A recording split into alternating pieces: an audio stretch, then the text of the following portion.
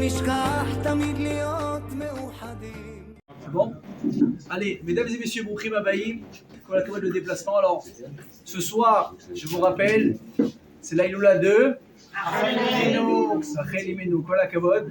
Donc je peux vous dire, je suis certain qu'il y a beaucoup de gens qui ne sont pas présents ce soir parce qu'ils sont partis célébrer l'Aïloula et c'est un grand srout. Vous savez que Rachel Imenu, la raison pour laquelle elle n'a pas été, une des raisons pour laquelle elle n'a pas été enterrée avec Yaakov à Marat HaMachpelah, on sait qu'il y a aussi du fait qu'elle est morte plus tôt, etc. Bon, il y a plusieurs raisons, je ne vais pas rentrer maintenant dans tout le sujet, ce ne serait pas le thème de ce soir.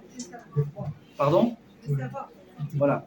Une des raisons, c'est parce qu'elle est enterrée vraiment, voilà, à l'entrée d'Eretz Israël, justement pour que Rachel, c'est elle qui a la mission de pleurer et d'implorer à Kadosh Baruch Hu, enfin de mettre un terme à l'exil dans lequel on se trouve depuis maintenant trop longtemps. Et c'est pour ça on l'appelle tous, on appelle Sarah Imenu, La Imenu, Rachel. C'est quelque chose de très très fort. Elle a un lien particulier avec nous les Bnei Israël. Et c'est elle qui est chargée d'être l'avocate des Bnei Israël au moment des Tsarot. Et ô combien on a des Tsarot depuis toujours, mais surtout depuis le 7 octobre de l'année dernière, dans le Bezrat Hashem, que Rachel Imenu, Shit Kayem, que la Bachal s'accomplit, que Akash Baruch Hu a dit Rachel, elle lui a dit quoi? Il lui a dit Meni koler mi bechi, arrête de pleurer, venaïch mi dimar, sèche tes larmes, que Shachar il faut la terre, mais Shavou Meretzoyev, que le Bnei Israël vont revenir en Eretz Israël avec la tête haute, sauver des pogroms, sauver des exils, sauver de tous leurs ennemis. Bezrat Hashem, ce soir, c'est le moment de prier. En Bezrat Hashem, ce que je vous conseille, c'est ce soir, après le cours, quand vous rentrerez chez vous à la maison, vous allumerez toutes et tous des veilleuses, les Ilou Nishmat, Rachel Imenu. Bezrat Hashem, vous ferez tous des prières, un titre individuel, un titre également, bien sûr, général, public pour l'âme Israël. Et Bezrat Hashem, on nous annoncera tous des bonnes nouvelles. Amen. Cette semaine, Baruch Hashem, enfin la semaine dernière, je pense que pour l'âme Israël, on a assisté à une bonne nouvelle, l'élection américaine. Amen. Hashem, on a eu un allié d'Eretz Israël, un allié des Juifs, qui a été réélu pour son deuxième mandat, Donald Trump. Bon, Hachem, c'est une bonne nouvelle. Mais évidemment, on ne perd pas à l'esprit que celui qui fait le shalom, celui qui fait les guerres, celui qui nous aide réellement, c'est que Akadosh Baruch Hu. On ne peut pas savoir comment. Je porte de jugement sur personne, mais l'être humain, il est imprévisible. C'est une question d'intérêt. Aujourd'hui, j'ai passé 4 heures en train de travailler sur une question et on m'a demandé à Torah Box de traiter. Et une des choses sur laquelle j'ai dû écrire à un moment donné, ça a été le fait que déjà, l'être humain lui-même a changé au fur et à mesure des siècles. On n'est pas comme avant. Le juif lui-même, il a changé. La civilisation, les années, la modernisation, ça influe énormément sur l'être humain. Et avec ça, nous, on a une espèce de code moral qu'on se doit d'observer et de garder. Les non-juifs, ils ont de la morale, je ne dis pas. Il y a ce qu'on appelle, vous savez, on a parlé de ça la semaine dernière, qu'on appelle les chassid ou motaolam, des gens, même non-juifs, qui ont eu vraiment un comportement exemplaire, même auprès des juifs. Mais encore une fois, nous, on est tenus par un code moral, ce que n'ont pas forcément tout le monde. Et même nous qui sommes tenus, on n'arrive pas toujours à le tenir. Donc encore une fois, il faut comprendre que l'être humain il est imprévisible. On ne peut pas faire confiance à tout le monde, on ne peut pas faire confiance à n'importe qui. Alors on dit merci à Kosh Baruch Hu quand il nous envoie en tout cas des messages, des signes où ça va bien se passer. Il ne faut pas oublier que c'est à Hachem qu'on fait confiance.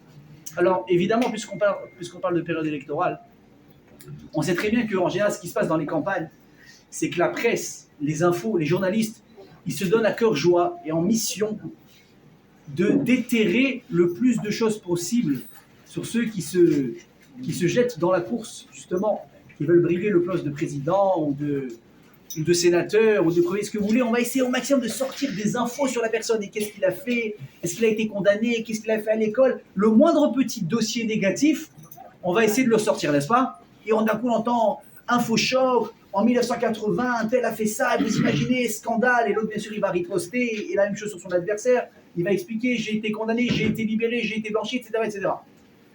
Quelque part, je voudrais vous dire, c'est un petit peu normal. On va chercher à fouiner. Pourquoi?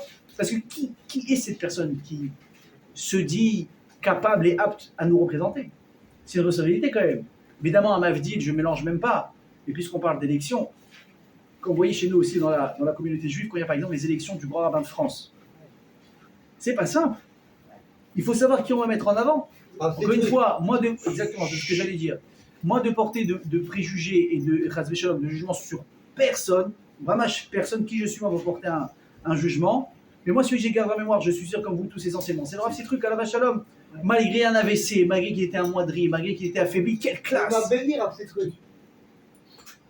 Quelle classe, quelle prestance, quelle éloquence, quelle diplomatie, c'est incroyable. Jusqu'à aujourd'hui, je deviens fou. Toravox, ils se sont mis maintenant, depuis quelques temps, à ressortir des cours, les cours du lundi, du Rav Citruc qui donnait à la victoire. Mais c'est pas possible. C'est des messages intemporels. Et combien de monde, j'ai vu une photo de la victoire lors de ces cours. Mais j'avais jamais vu la victoire. Moi, je suis Marseillais, je suis pas parisien. Je me trompe pas, je crois à dire qu'il y avait des milliers de personnes. Je crois qu'elle contient plus de 1000 personnes, cette synagogue, n'est-ce pas, hein? Combien elle a 2000 places assises? Je sais pas, peut-être 3000. Hein? Je sais pas. Mais vous voyez la photo, c'est plein. Il n'y a pas une place. C'est impressionnant. Et c'est pas pour rien. Et il a fait faire Teshuva à beaucoup de gens. Ils disent, combien de gens, il a raison, monsieur, combien de gens viennent me dire aujourd'hui, moi, j'ai fait Teshuva grâce au Rav Citruc. Moi, mon père, à moi, il a une histoire avec le Rav Citruc. Il m'a dit, la première vie que j'ai vécue dans ma vie, c'était avec le Rav Citruc. On était à Marseille. Ils habitaient loin. Il m'a dit, le soir, on a fait la marche jusqu'à la rue Breteuil. Il m'a dit, c'est la première fois que j'ai assisté. C'est mon père qui me raconte. J'étais même pas né à l'époque. Il a dit, c'est la première fois que j'avais assisté à une conférence la nuit. Une personne était capable, lors d'un cours de Guémara, de tenir un public éveillé pendant 4 à 5 heures d'affilée.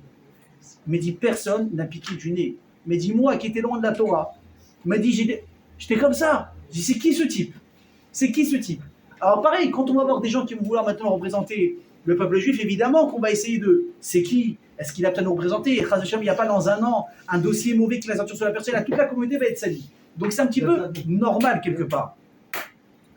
Mais vous allez voir que même la Torah, évidemment, à Mavdil, quand elle parle des représentants du Ham Israël, elle aussi, elle a tendance à parler un petit peu des gens qui ont été choisis et raconter un petit peu leur histoire. Vous voyez, par exemple, Moshe Rabbeinu, quand il a été choisi en tant que manig pour diriger l'Am Israël, la Torah elle-même, elle va relater 3 histoires pour expliquer un petit peu qui était Moshe Rabbeinu.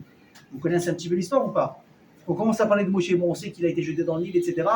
Ça, vous connaissez l'histoire. Mais une fois qu'il grandit, qu'il devient un homme, la Torah elle commence à raconter. Vous savez ce qu'il a fait, Moshe? Il a tué un Égyptien. Alors, c'était pas un meurtrier, il avait autre chose à faire. Mais il a vu un Égyptien qui était en train de quoi? De battre à mort un Juif. Pourquoi? Vous connaissez l'histoire. Parce que cet Égyptien, qu'est-ce qu'il avait fait? Il avait envoyé au travail forcé ce Juif. Le soir, il s'est fait passer pour son mari, il est rentré dans sa maison pour avoir un rapport avec sa femme. Et le lendemain, l'autre, il s'est rendu compte de ce qui s'était passé. Et quand l'Égyptien a compris que le Juif avait compris le manège, il a voulu le tuer. Donc Moshe il est intervenu. Donc on voit déjà le courage de Moshe Rabbeinu. Avec le nom de Dieu, il a tué. Ensuite, on voit quoi? Ensuite, on voit les Datan et Aviram, les deux Juifs qui se disputent ensemble. Pareil, il intervient. Il dit, vous n'avez pas honte de vous frapper? On n'est pas assez frappé par l'extérieur. Et lui aussi, il est pris à partie. On voit, vous voyez, donc on relate au fur et à mesure. Et pareil, on va louer une dernière fois aussi le courage de Moshe Rabbeinu. C'est quand il va arriver à Midian, quand il va s'enfuir, parce que à cause des médisances de Datan et Aviram, on va le condamner à mort sur le meurtre de l'Égyptien. Évidemment, je leur fais confiance, j'ai dû maquiller les raisons du meurtre. Hein, ça, on sait qu'ils sont capables. Il va arriver à Midian, il va voir les filles de Yitro qui commencent à se faire embêter par des voleurs et des voyous. Donc pareil, il va venir, il va intervenir, il va les sauver. Donc on voit qu'on a l'habitude de relater un petit peu, savoir qui était qui dans la Torah. C'est normal. Comme on dit, on veut savoir à qui on a affaire. Jusque-là, ça ne me dérange pas, tout va bien. Mais il y a un problème. C'est que quand on commence à parler du premier patriarche, du premier, celui, on va expliquer dans ce cours-là, celui qui va être enfin le pont entre l'Éternel et nous, entre le Créateur et nous, ces créatures, il n'y a rien. La première fois qu'on entend parler, c'est quoi? C'est Terach, son père, il a engendré Abraham, jusque-là tout va bien. Et ensuite, Abraham, lève-toi, avec ta femme, tout ce que tu as, lech lecha, tu t'en vas. Quel âge il a à ce moment-là, Abraham? Dans 20 ans. Bravo, monsieur Dayan. 75 ans. Alors, qu'est-ce qui s'est passé? De 0 à 75, il était où, Abraham? Qu'est-ce qui s'est passé pendant 75 ans? Pourquoi la Torah, elle ne s'intéresse pas à Abraham Avinu? Alors, on a l'impression peut-être, je dis bien peut-être, que peut-être qu'il ne s'est rien passé. Peut-être que même Abraham, il a eu une vie complètement normale, complètement ordinaire, et RAS, il n'y a rien à signaler. Or, c'est pas vrai. C'est pourquoi c'est pas vrai. Parce que déjà, si Hachem dit à quelqu'un, lève-toi, va-t'en, c'est qu'il y a un problème. C'est qu'il y a un problème. Je vais vous dire autre chose encore. On voit par exemple que ce n'est pas uniquement Abraham qui a déménagé, c'est toute la famille d'Abraham qui est partie.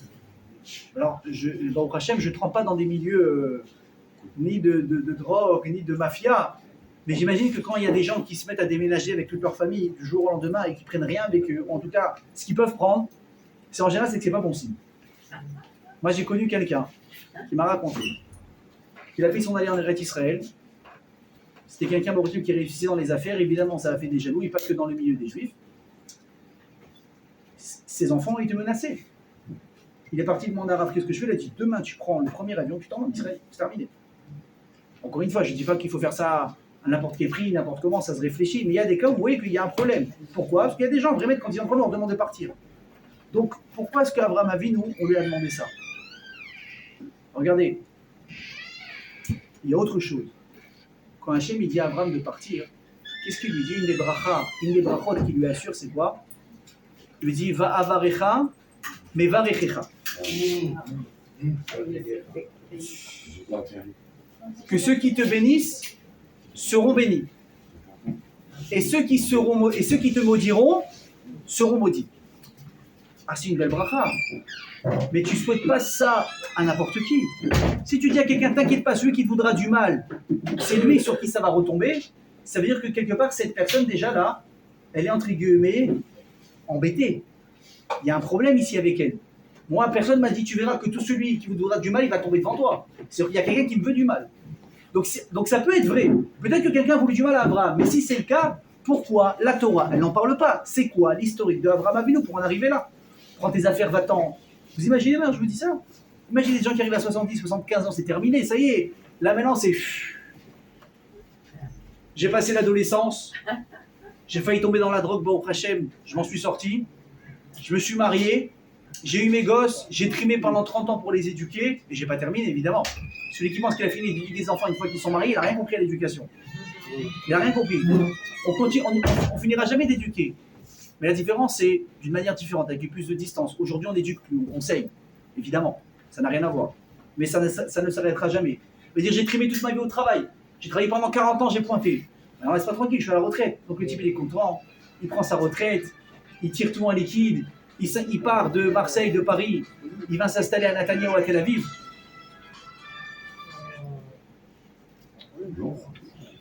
Donc, je répète, si c'est possible, pour ceux qui sont arrivés un tout petit peu en retard, qui n'auraient pas entendu, les téléphones, si on peut les mettre sur silencieux, ce serait top. Je le fais tout le temps. Razak, il n'y a aucun problème. J'ai visé personne. Voilà, ça y est. Et j'oublie pendant 3 jours. Donc, imaginez maintenant, les gens, ils ont fait ça, ils ont passé leur vie. Ils veulent enfin être tranquilles. Un petit peu siroter un cocktail sous les cocotiers à Nathanaël. Ils ont le droit, Cyril, n'est-ce pas? Ils ont le droit. Dis-moi, ça y est. Tu verras, quand tu as 75 ans, tu vas me dire j'aspire à ça, je suis désolé. Évidemment, d'Afayomi le matin, ça c'est obligatoire. Ça c'est obligé. Mais t'imagines après qu'il a passé ça, tu lui dis quoi? Baba, tu prends tout et va en Thaïlande. Alors, Thaïlande aujourd'hui, c'est devenu pas mal, il paraît, par les Français. On peut acheter des maisons pas chères. Question de morale, on ne pose pas beaucoup de questions là-bas non plus. Donc il y a beaucoup de gens à qui ça intéresse. Mais quelqu'un qui veut une vie normale et équilibrée va dire attends, tu rigoles. Mais ça fait 75 ans que je suis là, tous mes amis sont là, toutes mes connaissances, mes enfants, les écoles, tout. Pourquoi tu veux que je quitte? Bon, je pense que la question, elle est assez claire. Sachez déjà qu'Abraham n'allez pas croire que c'est quelqu'un qui n'a rien à raconter. C'est peut-être le premier homme avec autant de courage pour être seul contre tout le monde. Par exemple, à la différence de Noach, lui aussi Hachem lui dit regarde, tu prends une teva, tu construis, tu t'en vas. Noach il l'a fait, mais Noach il n'a pas eu de tenir tête à quelqu'un. Il était dans son coin. Pendant 120 ans, il a construit sa teva. Les gens qui lui posaient la question pourquoi tu faisais, il dit il y aura un maboule, je fais un bateau pour m'en sortir. À la rigueur, on le considérait comme un fou, comme un illuminé.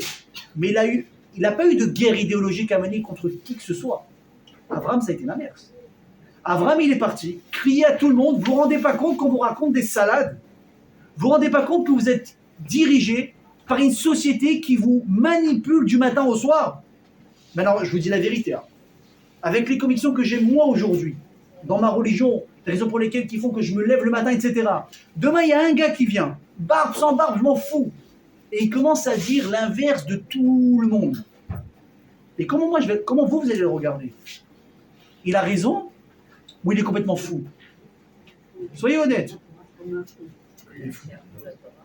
Il n'y a même pas de question. Mais non, moi je me mets à la place du fou. Tu peux croire à ton délire pendant 1 mois, 6 mois, 1 an, 5 ans, 10 ans, je sais pas. À un moment donné, tu te fatigues pas. À un moment donné, tu vois que les gens, les adeptes, ils viennent pas. On te dit arrête, c'est bon, arrête, tu vas te faire frapper, tu vas te mettre en prison, il va avoir un problème. Toi, tu te fatigues pas. Il s'est jamais fatigué. Pendant 75 ans. Et je vais vous expliquer comment est-ce que tout ça, ce que ça a commencé. Vous savez que Abraham Avinu, son père, c'était un fréquent idolâtre, n'est-ce pas? Il s'appelait Terah. Terah, c'est quoi son histoire? Non seulement il s'était incroyable dans l'idolâtrie, en plus ça, il en a fait son business. Il a ouvert un super magasin. Alors, admettons, si on imagine le magasin de l'époque, ça ne donne pas très envie. Mais imaginez aujourd'hui, vous allez sur la belle rue, l'avenue Rothschild, la rue Rothschild de Tel Aviv, super, on va dire c'est les Champs-Élysées israéliens un petit peu, et vous voyez là un magasin, dernier cri, les derniers modèles, et vous voyez toutes les Avodazara, dernier modèle 2024, avec lesquels vous pouvez soi-disant vous connecter à Dieu. Mais attention, chacun il a un mode différent. C'est impressionnant. Terah, c'était son boulot. Il vendait des idoles à tous ceux qui voulaient. Ça, c'est celui du soleil, ça, c'est la lune, ça, c'est ça c'est la ségoula pour ça. Nous, aujourd'hui, on croit au rabbin, n'est-ce pas? Tu fais ça, c'est une ségoula pour avoir des enfants.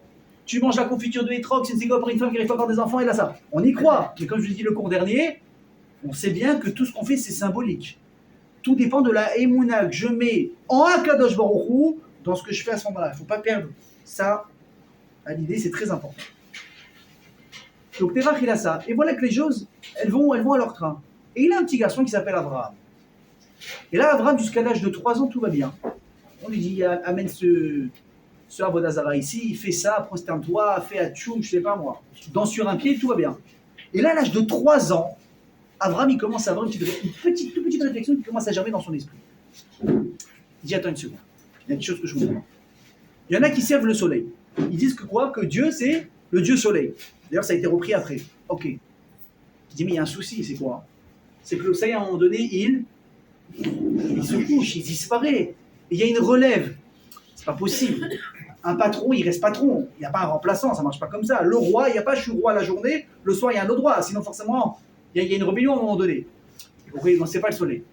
Donc il dit, bon, là, alors voilà, c'est la lune. Donc il y a la nuit. Oui, mais la nuit qui se passe au bout de la nuit, Aouda, le soleil il revient. Ok, donc c'est pas ça. Les étoiles, elles sont là constamment. Oui, mais je les vois que la journée. Je les vois que la nuit, pardon. Donc il commence à poser des questions. C'est qui, c'est pas qui, c'est qui? Et là surtout, il y a un truc qui le dérange. C'est quoi? C'est pas possible. Ce n'est pas possible que ce qu'on pointe du doigt en disant c'est lui notre créateur, il soit temporel ou soit dépendant de quelque chose. Il y en a qui servaient la pluie. Mais la pluie est dépendante de quoi? Des nuages. Et les nuages, il faut qu'elles soient amenées par le vent. Et donc forcément, à chaque fois ici, il y a un système qui fait qu'un est dépendant de l'autre. Ça ne marche pas. Le monde, il est trop bien fait pour que celui qui est à l'origine de ça, il soit dépendant de quelque chose de temporel ou tout court quelque chose de dépendant. Donc il s'est posé la question. Il a commencé à dire tout ça, c'est des bêtises. 3 ans le gosse, hein, 3 ans. Je ne me rappelle pas qu'est-ce que je faisais à l'âge de 3 ans, mais je ne pensais pas à ça. Et voilà qu'un jour, son père, il lui dit, regarde mon fils, je suis sûr qu'il y en a plein ici qui vont se reconnaître. Garde le magasin. Sauf que bon, j'espère que c'est pas les mêmes magasins, hein. Évidemment. Donc qu'est-ce qu'il leur dit? Il lui dit, garde le magasin. Je pars, je reviens, il n'y a pas de problème. Et là, Abraham il assiste à une scène. Il y a une petite dame qui vient. Elle va apporter une offrande à une des Avodazara qui sont là-bas.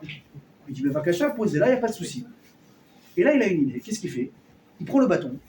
Il prend un bâton qui est dans le magasin, vous connaissez cette histoire, c'est le Midrash qui raconte cette histoire. Et il va casser toutes les idoles du magasin de son père. À $2,000, à $5,000, à $10,000, parce que celle-là, elle a été importée de je sais pas où, elle est faite en terre cuite de ce qu'on avait de là-bas. Il casse tout.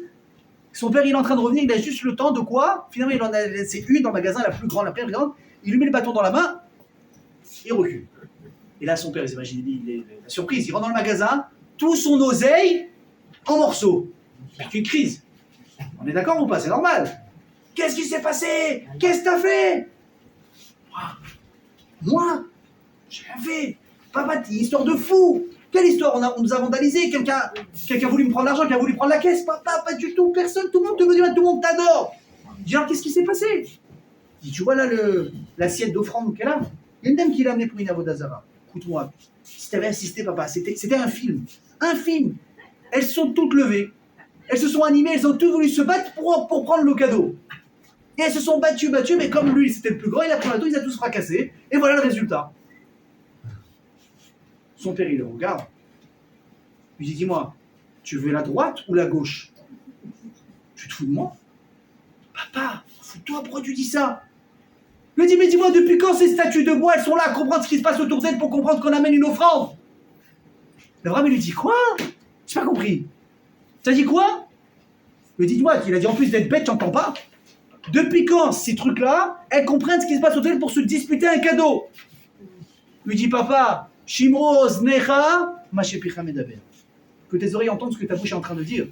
Tu es en train de me dire que ce sont des bouts de bois qui ne peuvent pas s'animer, qui ne comprennent pas ce qui passe autour d'elles, et pourtant vous êtes tous là à les servir, à croire que c'est eux votre Dieu. Choc. Qu'est-ce que tu réponds à la vérité? Il a cassé toutes les statues. Ouais. Qu'est-ce que tu réponds à une vérité? Rien. Il est choqué. Qu'est-ce qu'il fait? Il va voir sa femme, il dit écoutez, après avec le petit, il est en train de vriller, on va l'amener au roi, et le roi il va prendre la décision, qu'est-ce qu'on doit lui faire? Qui était le roi de l'époque? Nimrod. Nimrod qui était un grand brigand, un grand chasseur très fort. La Torah dit que c'était quelqu'un qui était vraiment très fort. Ok, c'était lui qui régnait sur le monde à ce moment-là.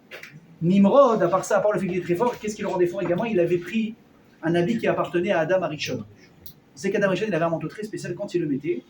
Tous les animaux, ils s'approchaient de lui, il avait un pouvoir sur les animaux. Et c'est comme ça qu'il est chassé. Et d'ailleurs, qui ensuite va voler ce manteau à Nimrod? Esav. Bon, on en parlera quand on arrivera là. C'est ça qui les rendait très forts, il était très très bon chasseur. Au GPS, on est déjà arrivé, Baruch Hashem. On est là. Vous pouvez le rassurer, on est arrivé.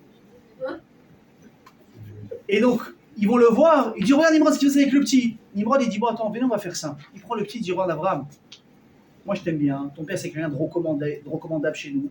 Là, j'ai eu le problème avec la famille. Regarde, il est si simple. Moi, mon Dieu, parce que chacun, attention, on est en démocratie. Chacun avait le droit de regarder le Dieu qui lui plaisait, il n'y a pas de problème. Il dit mon Dieu à moi, c'est le feu. C'est puissant, ça brûle tout. Il dit, prosterne-toi au feu, et on règle l'histoire. Là, le Midrash raconte qu'il y a un dialogue qui se fait entre un enfant de 3 ans et le roi, c'est de la folie. Et il lui dit, roi Nimrod, ça ne te dérange pas, sans vouloir vexer votre honneur, moi le feu, je ne le sens pas. Il lui dit, pourquoi? Il dit, parce que le feu, il est éteint par la pluie, il est éteint par l'eau. Donc si déjà, il faudrait servir l'eau. Il dit, c'est quoi, en démocratie, il n'y a pas de problème. Prosterne-toi devant l'eau, tu rentres à la maison, n'oublie l'incident, on va dédommager ton père pour l'incident qui s'est passé, on ne sait pas qui a fait quoi, le bénéfice du doute, tout va bien. Il dit, oui, mais il y a un problème, c'est que la pluie, elle vient des nuages. Je dis oui alors. Et les nuages, s'il y a un coup de vent, ils partent. Donc le vent est plus fort. Je dis ok, alors prosterne-toi au vent. Et il commence à le faire tourner en bruit comme ça. Et là, Nimrod. À 3 ans. À 3 ans. Et là, Nimrod, il commence à avoir les boules. Je dis bon, regarde, on va faire ça. On va allumer un feu. Si où tu te prosternes, on te jette dedans. Et si tu es persuadé qu'il y a un Dieu au-dessus de toutes nos croyances à nous, bah, il va te sauver. Il n'y a pas de problème. On l'a fait un deal. Abraham, qu'est-ce qu'il lui dit? Même pas peur. Il lui dit même pas peur. Et ils le font.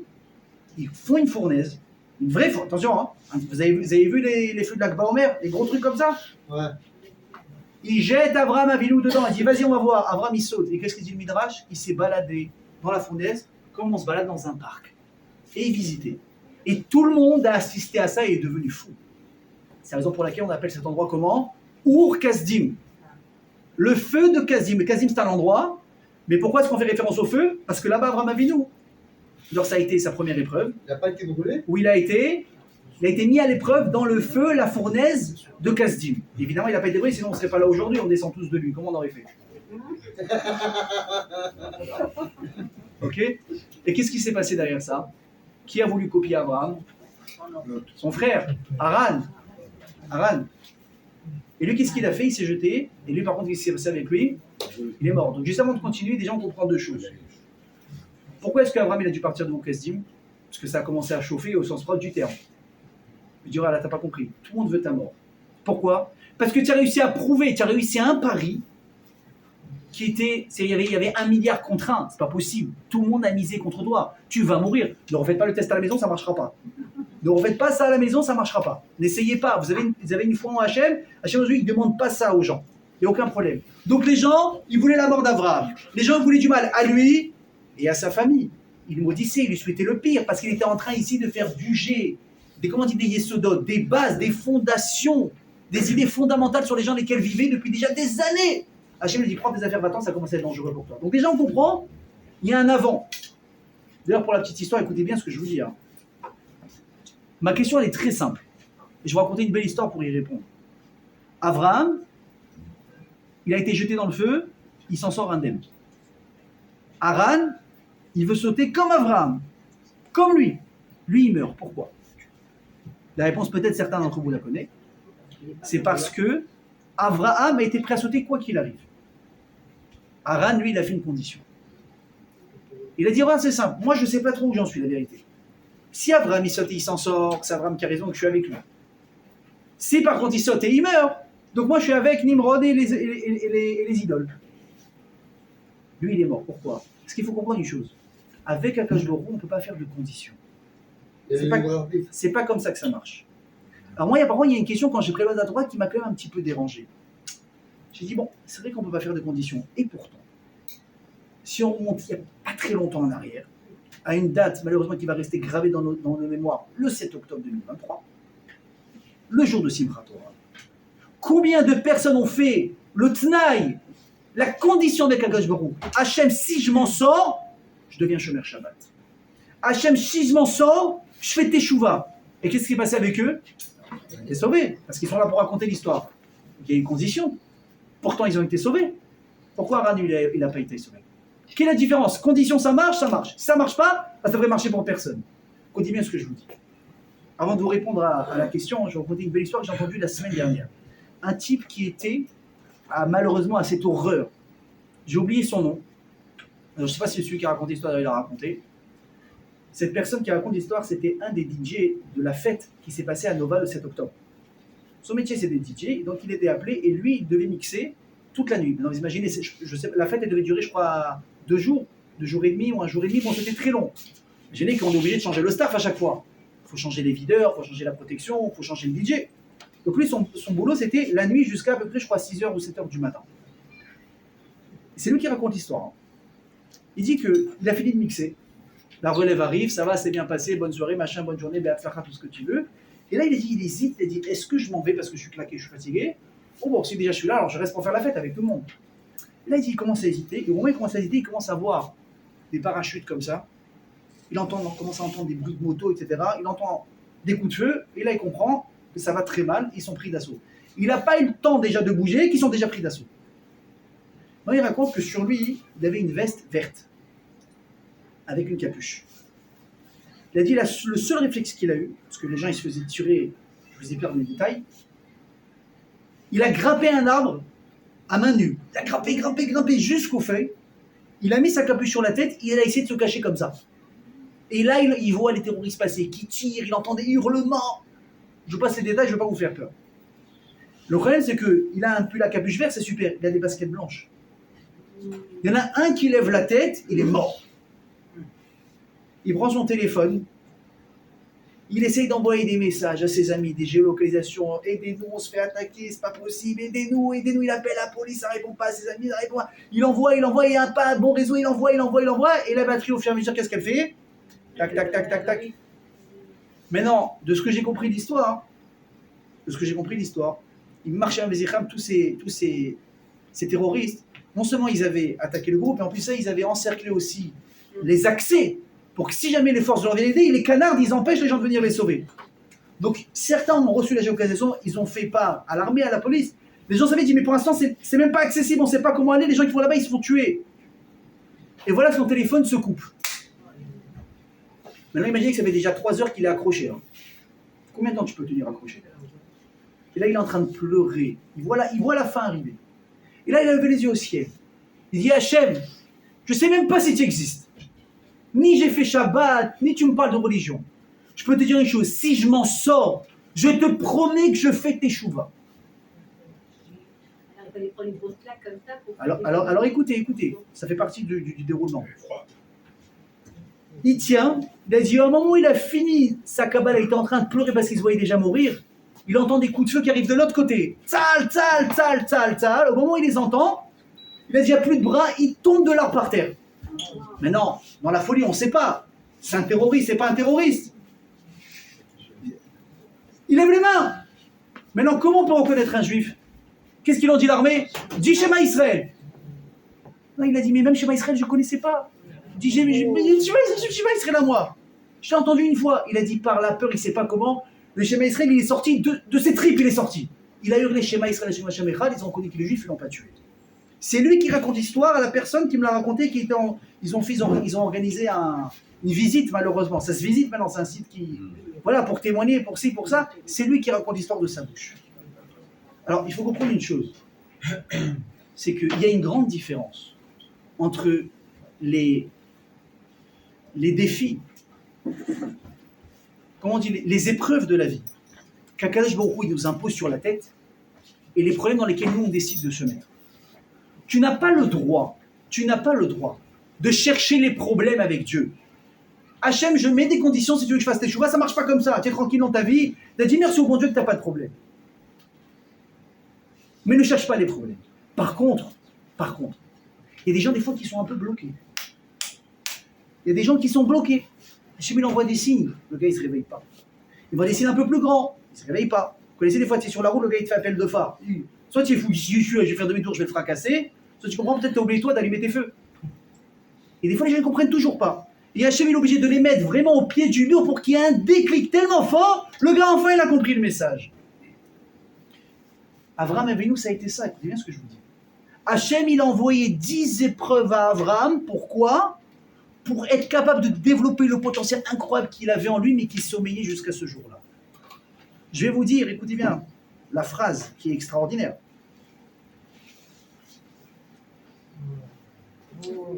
Écoutez bien. Tachlit anisyonot haïta, leapik et atov amushlam me Avraham, afin de sortir tout le bien qu'il y avait dans Abraham. Anisyonot hayu aderer shel Hashem, leavi et Avraham lasia yecholot shelo leorer bo ta'atzumot nefesh. D'ailleurs, va dire le Rabbi de Lovitch, écoutez bien. C'est un message pour la vie que je vous dis maintenant. Si une personne, ish nitkal bekoshi mesuyam, une personne se trouve dans un problème dans sa vie, dans une impasse, et il se rend compte que quoi? Que c'est impossible avec les forces qu'il a de s'en sortir. Il dit c'est pas possible. Il dit sachez une chose, que c'est la preuve par excellence, que cette personne qui est mise à l'épreuve avec d'une épreuve où autour de lui personne n'est mis à l'épreuve comme ça. Tu te dis c'est pas humain un truc pareil. C'est la preuve la plus forte que cet homme il a des forces beaucoup plus grandes que son entourage. Et que la seule manière, écoutez bien ce que je vous dis, de faire sortir les forces, d'aller les puiser de l'inconscient à la conscience, c'est de passer par des épreuves qui vont l'ébranler pour les faire sortir. Et pour les rendre d'un endroit inaccessible à accessible. Moi, j'ai connu quelqu'un dans sa vie qui a passé beaucoup d'épreuves. Et jeune. Et quand il est voir des rabbanim, il a dit, Rav, j'en peux plus. Qu'est-ce qu'il disait des rabbanim?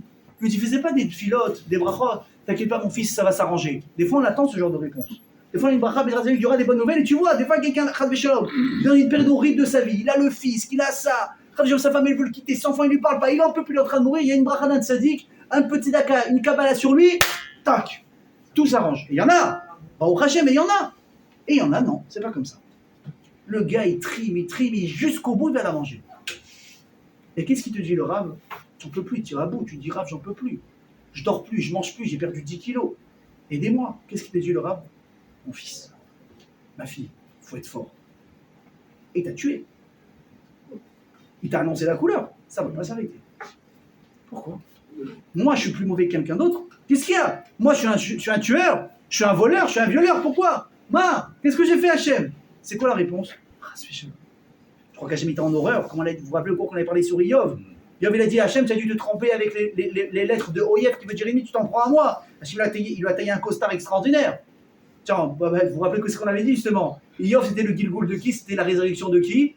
De Terach, le père d'Abraham Avinu. Vous vous souvenez, on avait parlé de ça à l'époque. Il a dit, t'inquiète pas, tu as des choses à revoir de toute façon. Chas v'shalom. Alors que je vois quand il éprouve quelqu'un de manière un petit peu exceptionnelle, tu dis, mais t'as pas compris. Je suis en train de te repousser dans tes limites. Parce que tu comprends pas que tu dors sur un trésor que je t'ai donné depuis la naissance.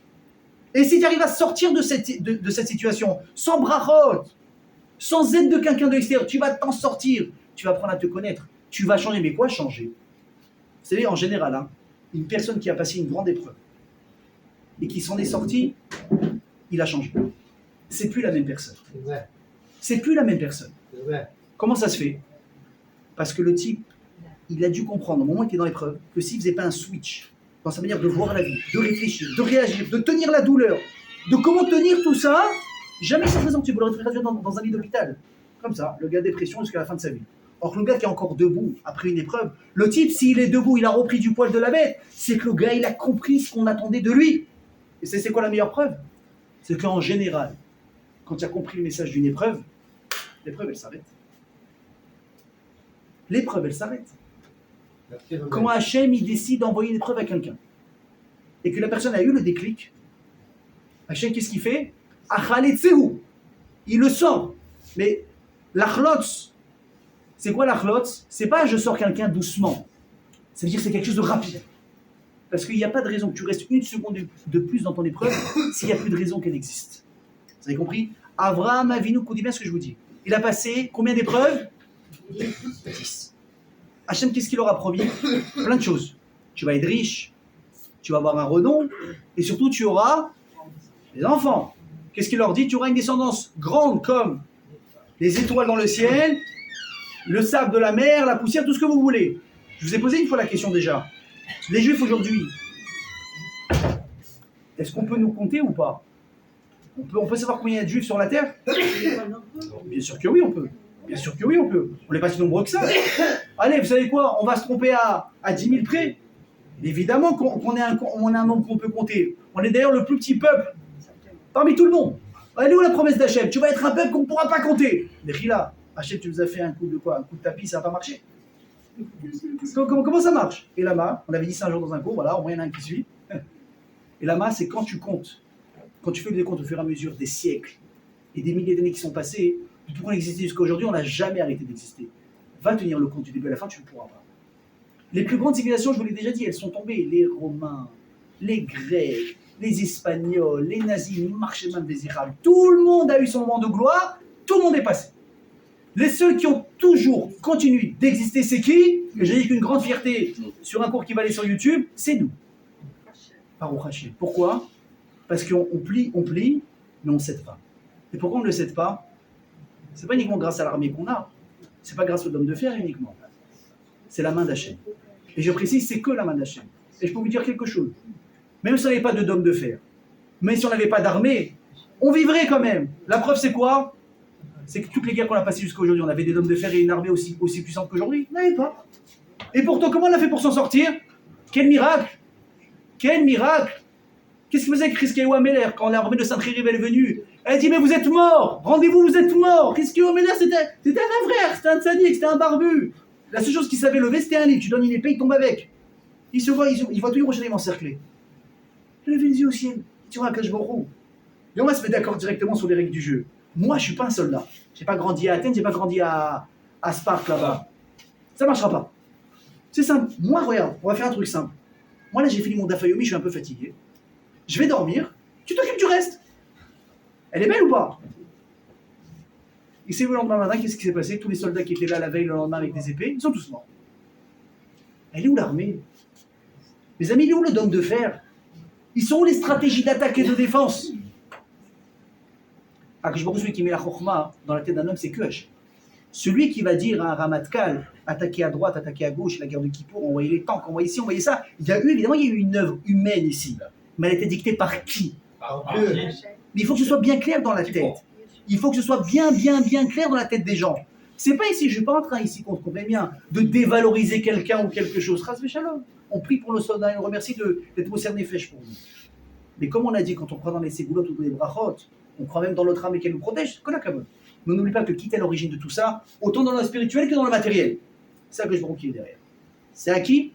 Ok. Avraham et Sarah, une des promesses c'était vous avoir une grande descendance.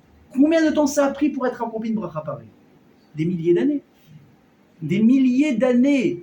Ils auraient eu tous les droits de dire, écoute Hachem, t'as pas respecté ici une part du contrat. On va s'arrêter. On va s'arrêter, ça marche pas. Or, ils n'ont pas fait ça. On voit qu'ils ont continué.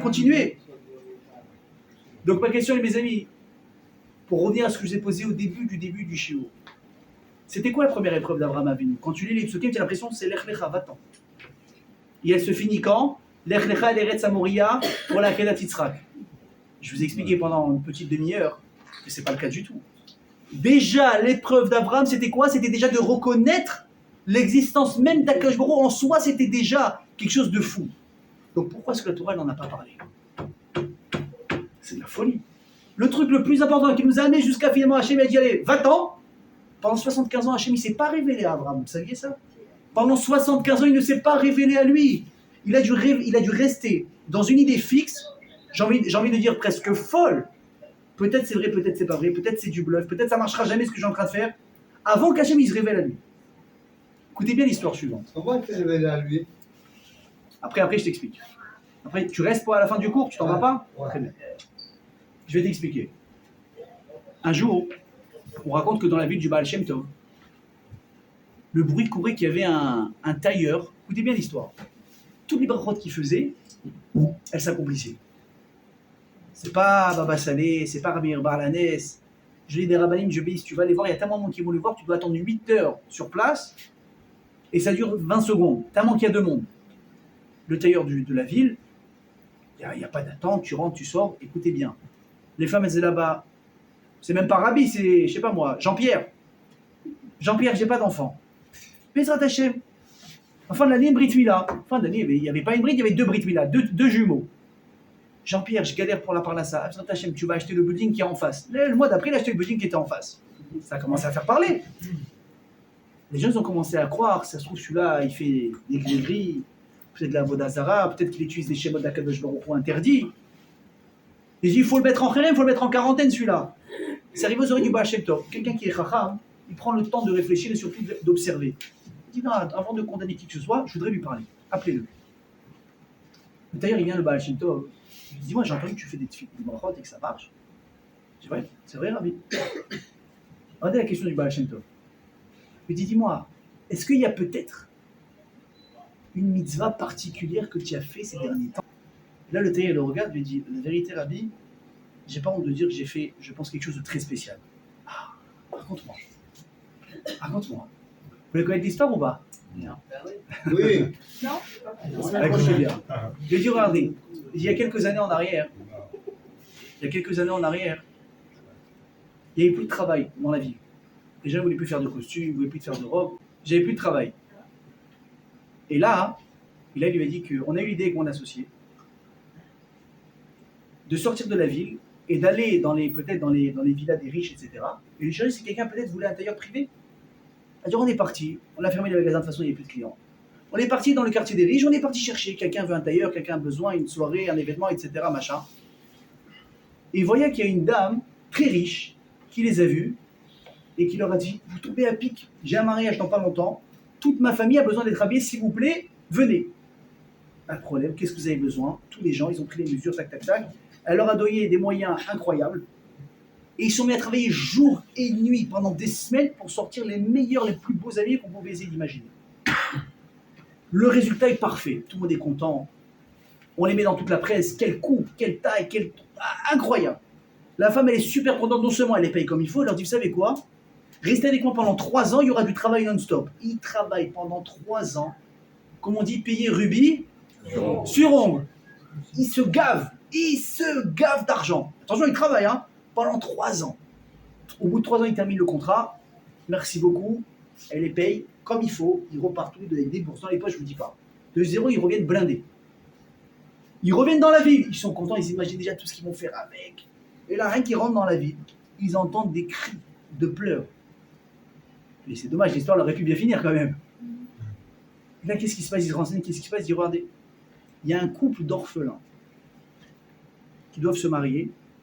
Malheureusement, ils ont beau faire des campagnes, des appels aux dons, tout ce que vous voulez. On est le jour du mariage. Il manque les moitiés, voire les 3/4 de la somme. Ils sont en train d'annuler le mariage, ils sont en train de pleurer toutes les larmes de leur corps. Dis-moi et mon pote, on s'est regardé. C'est ce qu'on a sur nous. Il a dit, mon copain, il n'a pas hésité, il a dit, je suis désolé, j'ai travaillé 3 ans, j'ai une femme, j'ai des enfants, j'ai trimé, je suis désolé. Il a pris ses affaires et il est parti. On n'est pas là pour juger le pauvre, mais s'il a besoin d'argent, il a travaillé dur, il a eu des rêves, il n'a pas réussi. Il a dit, moi, je n'ai pas réfléchi. J'ai demandé combien ça coûtait, évidemment, ça coûtait ce que j'avais dans les poches. Ouais. J'ai tout pris et j'ai tout donné. Et je suis rentré chez moi sans un sou, aussi vite que je suis parti. Il a dit, mais l'histoire, elle ne s'est pas arrêtée là. Bizarrement, à partir de ce moment-là, à chaque fois que j'ai ouvert la bouche pour souhaiter à quelqu'un quelque chose, ça s'est accompli. J'ai souhaité à quelqu'un une bonne santé, le gars, il a guéri de sa maladie. La fille, elle avait 39 ans, pas mariée, désespérée, je le fais de macha, le mois d'après, elle m'a envoyé la carte de son mariage. Aujourd'hui, Dieu béni, c'est la mariée, elle a 7 enfants. Le gars, il galérait avec sa société pendant 8 ans, il s'est battu pour essayer de s'en sortir, il galérait, je lui ai fait la bracha, c'est devenu une start-up extraordinaire. Chaque fois que j'ai fait une bracha, ça a marché. Je dis, maintenant j'ai compris. Maintenant j'ai compris, tu peux repartir. Les amis, il faut comprendre une chose que Abraham Avinu, il n'a pas uniquement été choisi parce qu'il a fait des actes extraordinaires. Il a fait beaucoup plus que ça. Ça a été le premier, comme j'ai dit au début du cours, à être celui qui a créé un lien entre l'invisible et la réalité. Entre l'illimité et le limité. Il faut comprendre. Hein. À l'époque, on parle d'un temps d'idolâtrie. Même si on a l'impression que c'est ridicule, également, comme on est ensemble depuis un petit moment, je vous ai appris déjà pas mal de choses. Je vous explique déjà qu'à l'époque de la Guémara, l'idolâtrie existait encore. Aujourd'hui, on ne comprend plus la notion parce qu'on a annulé de la surface de la terre le Yetzirara qui représente la Avodazara. C'est pour ça qu'aujourd'hui, tu me dis, prostane-toi devant un chat ou devant un sphinx ou un bout de bâton, je te dis, baba, tout de suite, j'appelle l'ambulance, on va essayer de t'arranger. On ne comprend plus comment ça se passe. À l'époque, ça marchait encore. Mais pire que ça. À l'époque, quand les gens y croyaient dans les Avodazara, c'était visible. On voyait quelque chose. Abraham, il a dû, écoutez bien ce que je veux dire, mener une bataille, une guerre idéologique sur quoi? Vous faire croire que quelque chose que vous ne voyez pas, que vous n'entendez pas, existe et c'est lui qui est à l'origine du monde. Quand on démonte l'histoire, c'est ça. Et c'est fou. Mais moi, je peux vous garantir quelque chose. C'est que si je pense que je n'avais pas été éduqué là-dedans depuis petit, je me mets à faire des études et de sciences et de logique et de machin, peut-être jamais je serais arrivé à cette conclusion. À part, vous avez quelqu'un qui s'appelle Albert Einstein qui a fait tellement des études poussées et dit s'il n'y a pas un Dieu là-dedans, il n'y a rien qui a de sens, c'est pas possible. Mais qui arrive à l'intelligence d'Einstein? Hein, moi je parle dans le côté Torah. Qui arrive à l'intelligence d'Einstein? Il n'y a pas grand monde. Pour arriver à ce genre de conclusion sans la Torah. Ça a été le combat d'Abraham Avinu. Regardez une histoire incroyable. Vous connaissez tous, j'imagine, le philosophe Socrate. Oui, qui était lui-même le professeur de qui? De Platon. Qui lui-même était le professeur de qui? D'Aristote. Ça va, très bien. Vous savez qu'est-ce qu'il a dit Socrate? Socrate, c'était quelqu'un aussi qui était très fort, très courageux. Il menait des batailles de discours idéologiques, c'était un révolutionnaire. Jusqu'au point qu'à son époque, il faisait tellement de balagan à son époque qu'ils l'ont mis en prison. Et celui-là est en train de faire des problèmes. Il pouvait s'enfuir de prison, l'histoire raconte, mais il ne l'a pas fait. Pourquoi? Il dit parce que je reste fier à mes idées, je mourrai dans ma vérité. Et on raconte l'histoire que Socrate, il s'est comparé à Abraham Avinu. C'est l'Admour Azaken qui raconte ça. Il a dit, moi je suis comme Abraham Avinu. Pourquoi? Parce que lui, il était prêt à mourir pour ses idées, et bien moi aussi. La comparaison est pas mal, hein? À la différence, il a dit l'Admour Azaken. Il y a une grande différence. C'est que toi, tu es prêt à mourir pour tes idées à toi. Or, Abraham, lui, il était prêt à mourir pour les idées de Dieu. Vous imaginez? C'est quoi Abraham? C'est pourquoi on a commencé à parler d'Abraham uniquement à partir de l'Ech Lecha et pas avant. Il y en a qui m'ont dit, certains méfarchim me le dire, bon, parce qu'on n'est pas là maintenant pour parler d'idolâtrie, prouver comment Abraham Isaac, ça ne nous intéresse pas, on est venu rentrer dans le vif du sujet. Mais il y a un message beaucoup plus subtil derrière. C'est quoi?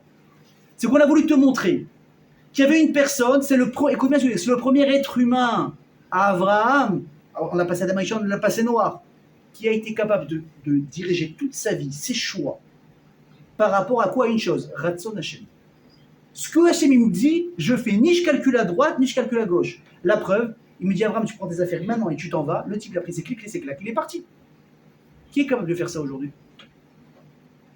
Je peux vous dire que si vous me trouvez quelqu'un, peut-être, je dis bien peut-être, s'il galère financièrement, s'il n'a pas d'enfant, s'il ne trouve pas son mazal, ou si, comme je raconte l'histoire tout à l'heure, peut-être si il est en danger de mort, il va avoir un rab en qui il a très confiance, et qu'il lui dit mon petit, prends tes affaires et va-t'en, peut-être que lui il va tout claquer, il va partir, et encore je suis pas sûr. La preuve, regardez Lot. Lot, Sdom et Amora sont en train d'être détruits, les malachim sont venus voir et disent regarde, va-t'en, tu vas mourir. Le mec il n'arrive pas à décoller. Le mec il n'arrive pas à décoller, pourquoi? Parce qu'il est trop attaché à son kavod, à ses habitudes, à ses biens, et ci et ça, etc. N'est-ce pas? C'est incroyable. Pourquoi il n'arrive pas à partir? Parce qu'il est trop habitué à ce qu'il a connu. Et qu'est-ce qu'ils ont dû faire Mahrim? Ils ont dû le prendre par le col de la chemise, parce que c'est le neveu d'Abraham, et le sortir de force pour qu'il survive. C'est fou quand tu penses à ça. Mais je me mets dans sa situation, comment moi j'aurais réagi? Je ne sais pas. Abraham, lui, c'est exactement l'inverse. Hachem ni le menace, ni quoi que ce soit, lui dit Abraham, mon fils, au bout de 75 ans, tu t'es battu jusqu'à maintenant, tu as cru en moi de manière invisible, prends tes affaires et va-t'en. Qu'est-ce qu'il fait Abraham? Il prend ses claques et il s'en va. Mais ça, je veux dire, c'est ça qui nous intéresse chez un juif. C'est ça, tout ce qui s'est passé pendant 75 ans avant, c'était juste une prépa à ce moment-là. Vous entendez ce que je vous dis? Qu'est-ce qu'il dit Hachem l'echlecha, me'artzecha, mimolatecha, ou mibetavicha. Tout le monde pose la question, mais pourquoi l'ordre il est inversé? D'abord tu quittes ta maison, après tu quittes ton pays, enfin ta ville natale, et après tu quittes ton pays, n'est-ce pas? Vous avez fait l'Alia, c'est comme ça que vous avez fait, pour ceux qui ont fait l'Alia. Ouais. À l'Atania, il faut toujours poser la question avec un point d'interrogation. Il dit à Kadosh Baruch Hu, avec Abraham, c'est pas comme ça. Parce qu'Abraham, écoutez bien ce que je vous dis, il ne devait pas uniquement, pour arriver à remplir le rôle qu'il a réussi à remplir, et haut la main, il ne devait pas uniquement changer. Non. Abraham, il devait naître de nouveau à l'âge de 75 ans. Je dis Abraham, il faut que tu comprennes que pour assumer, endosser le rôle que je suis en train de te préparer, pour être ce qu'on appelle le Avamon Goïm, le père de toutes les nations qui vont sortir, tu dois faire un changement radical à tel point que tu vas changer de Théoudat Zéout. Tu changes du numéro d'immatricule, c'est incroyable. D'ailleurs, regardez la différence entre Abraham et Terach. J'ai vu un très beau chidouche pour vous montrer le choc et la différence de génération. Par quelle lettre commence le nom d'Abraham? Aleph. Par quel nom commence le nom de son père? Terach, un taf. C'est les deux extrêmes. Parce que les deux représentaient une génération, pas seulement une génération différente, mais un regard sur la vie qui aura changé pour l'éternité. C'est fini, c'est plus la même chose. Alors que je vous l'ai dit, tu sais, Abraham, c'est quoi Artsecha? L'Echlecha, par quoi il a commencé à dire L'Echlecha, mais Artsecha. Mais Artsecha, il explique Razal que c'est quoi? C'est Aretzonot Shecha, tes envies. Quitte tes envies. Oublie ce que tu aimes. À partir de maintenant, tu mets en pilote automatique. Tu n'aimes plus ce que tu aimes, et tu n'aimes plus ce que tu n'aimes pas. C'est fini, tu oublies. Si tu réussis, deuxième étape, Mimolattecha. C'est quoi Molattecha? C'est les arégachot, tes sentiments et tes ressentis intérieurs. Imaginez, si vous prenez un gars, vous le dénuez de tout. Tu n'as plus envie de rien, tu ne ressens plus rien. Et si tu passes ces deux tests-là, à ce moment-là, à quoi on peut passer? Mi bet avira. À la maison de ton père, c'est quoi? Écoutez bien ce que je vous dis. C'est ta logique. Et mes amis, essayez d'inverser l'ordre, ça ne marchera jamais. Tu ne pourras jamais être capable de mettre un frein à ta logique si tu écoutes tes sentiments et que tu écoutes tes envies. C'est impossible. C'est uniquement dans l'autre sens. Une fois que tu as été capable de dire, tu sais quoi Hachem, mes envies, je suis prêt à les contrer pour toi. Mon ressenti, mes sentiments, pour toi je les annule. À ce moment-là, tu me dis, alors arrête tout, je suis capable, mais je ne peux pas commencer à l'envers. Donc c'est vraiment ce qui est l'ordre de la Torah qui paraît pour nous un désordre. Quand tu grattes, tu réfléchis un tout petit peu, tu dis, mais c'est moi qui n'ai rien compris depuis le début. Et une fois qu'Abraham il a fait ça, alors qu'est-ce qui s'est passé? Il a tout réussi. Au bout de 75 ans de travail, une fois qu'il a eu le déclic, Abraham il dit, alors maintenant tu es prêt. Abraham, maintenant tu es prêt. Et maintenant tu vas être celui qui va représenter tout le monde. Alors je vous demande aujourd'hui, mes amis, selon vous, ce serait quoi peut-être le signe qu'on appartient à ce peuple extraordinaire? Peut-être un signe extérieur. Évidemment, ce n'est pas du tout le seul signe qu'on ait, mais je parle essentiellement pour nous, pour les hommes. Comment tu reconnais un feuge dans la rue qui marche? Comment tu sais que c'est un juif? C'est quoi le signe le plus... Vous avez entendu la dame? Je sais pas. Tu vois quelqu'un marcher avec une kippa, donc, n'importe où dans le monde, quoi qu'il y a des civilisations qui ne savent pas ce que c'est la kippa. J'ai remarqué, j'étais dans les endroits, ils me disent c'est quoi? C'est quoi? Je lui dis juif. Il me dit c'est quoi juif? Il y a des gens qui ne savent pas. Je pense peut-être, je vais pas me trouver, allez, on va dire 80% du monde aujourd'hui, ils savent ce que c'est un juif.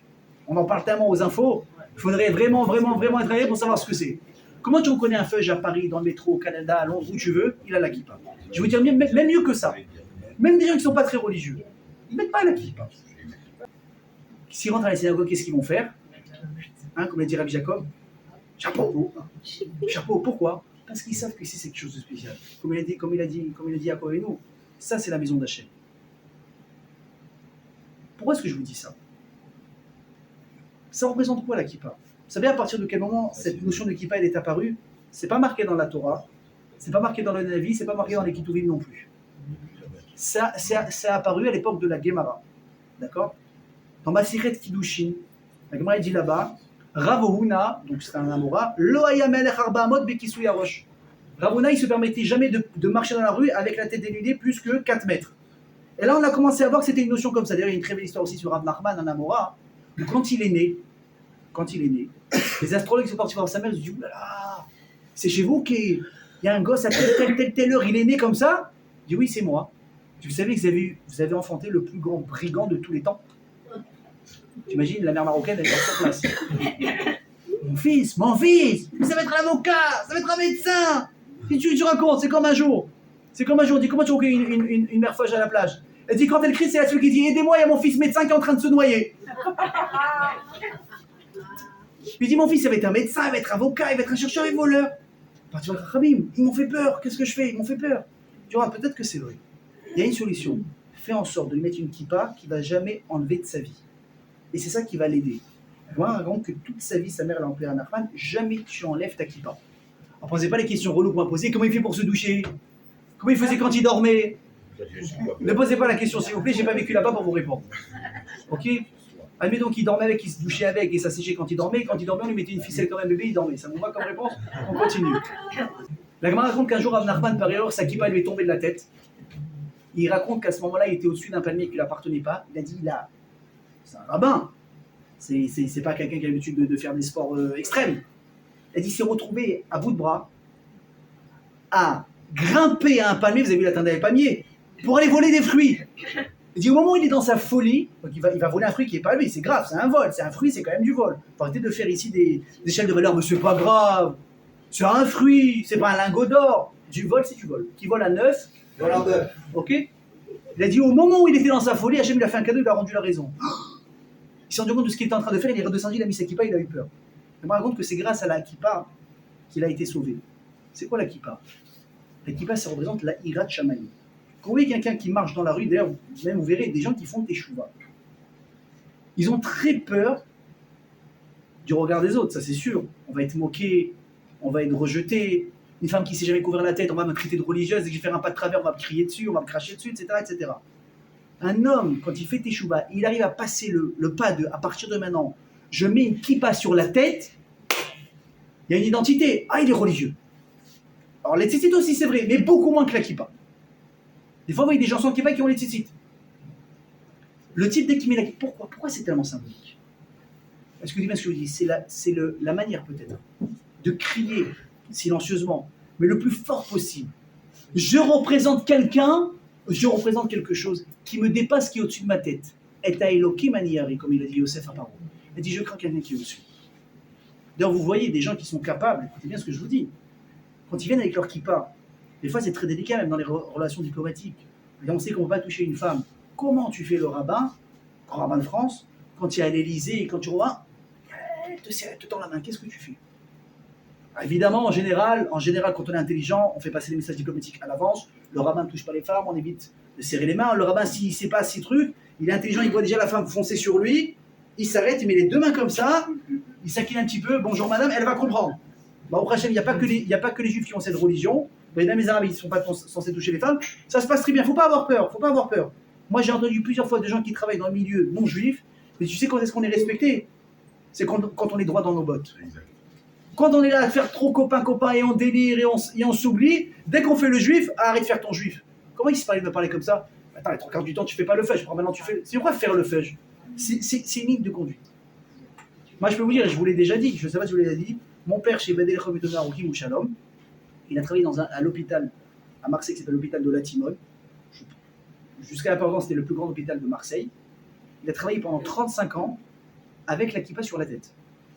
Et quand il y a eu des problèmes, trucs, machin, il a dit ok, donnez-moi un chapeau de bloc, je tourne comme ça. Jamais il a enlevé la kippa. On l'appelait, le juif de l'hôpital. Bon, au Hachem, il avait un service extraordinaire, il travaillait bien, il était à l'heure, il était pro, donc personne ne l'a embêté. Je ne sais pas si moi j'aurais eu le courage de faire ce qu'il a fait. Cette fierté qu'on a, la tête droite, tu sais pas, quand on s'est comme ça, jusqu'à demain, ça ne me dérange pas. Je représente quelque chose qui nous dépasse à tous. C'est la kippa. Vous imaginez la force qu'on a à travers juste un petit truc. Alors, Khadisham, je ne juge personne, ceux qui la mettent, ceux qui ne la mettent pas. Mais comprenez que si un jour vous avez la force de la porter sur la tête du matin au soir, peu importe là où vous allez. Je ne dis pas si Khadisham vous êtes en danger, je ne dis pas d'aller à Barbès en kippa. Je ne dis pas ça, c'est là-bas, c'est un quartier un peu chaud pour les feuilles. Mais une casquette, mais un chapeau. Je dis, il n'y a pas d'excuse qui permet que je n'ai pas pu me couvrir la tête. Alors, mes amis, la question que je vous pose aujourd'hui, c'est alors qu'on a parlé d'Abraham, de Shoah, de Dieu. Il a révélé ce qui était caché. Jusqu'à aujourd'hui, Dieu n'a jamais été visible. Jusqu'à aujourd'hui. La kippa, je représente quelqu'un. Mais est-ce que c'est le bon choix à faire vraiment? Qui nous dit qu'on est dans la vérité?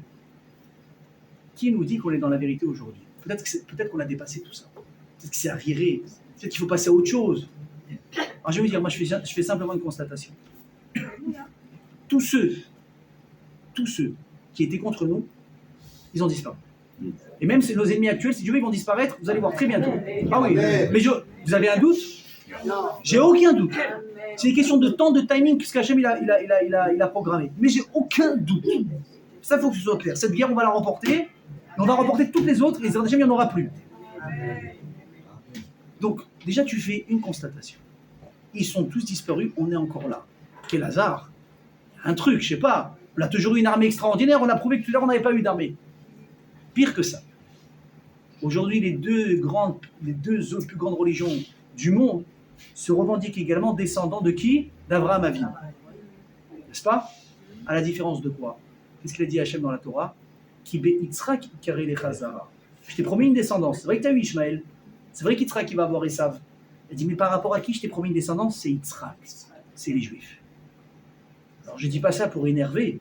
Je ne dis pas ça pour qu'on se sente supérieur. Je vous l'ai dit 100 fois dans des cours. Mais ça veut dire quoi? Mes amis, il faut être conscient que malgré qu'on est moqué, malgré qu'on est rabaissé, malgré qu'on est pointé du doigt, malgré qu'on est attaqué, victimisé, assassiné, tout ce que vous voulez. Vous savez pourquoi on subit tout ça? Parce qu'au fond d'eux, ils connaissent la vérité. Et que ça les dérange. Que sinon, qui ont eu la chance, le srout, le mérite d'être choisi, le Hamanifra, ça les dérange. Mais la vraie question, je me dis, est-ce que nous, on est conscient de ce qu'on représente?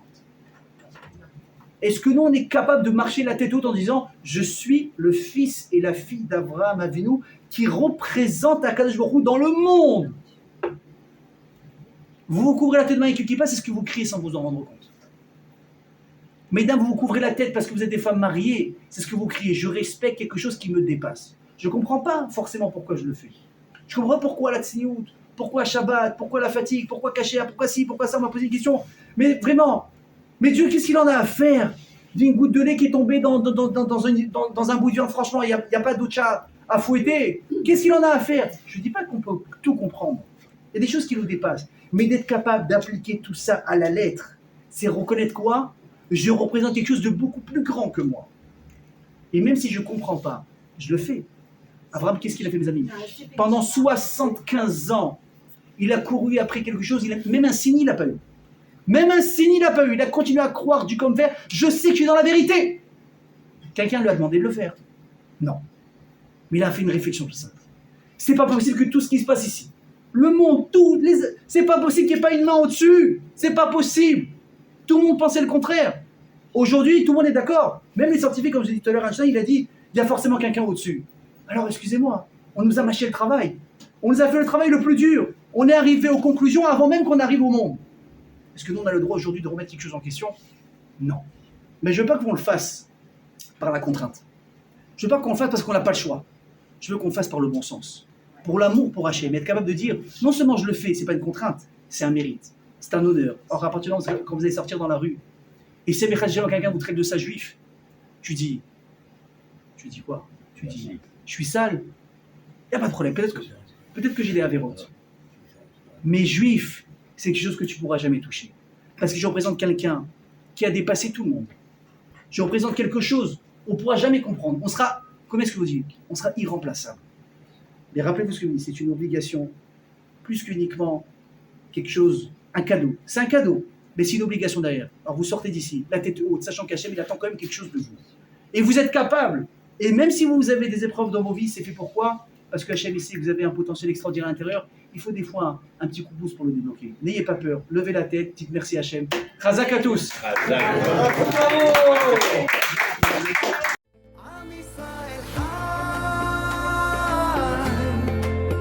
אם לא נשכח תמיד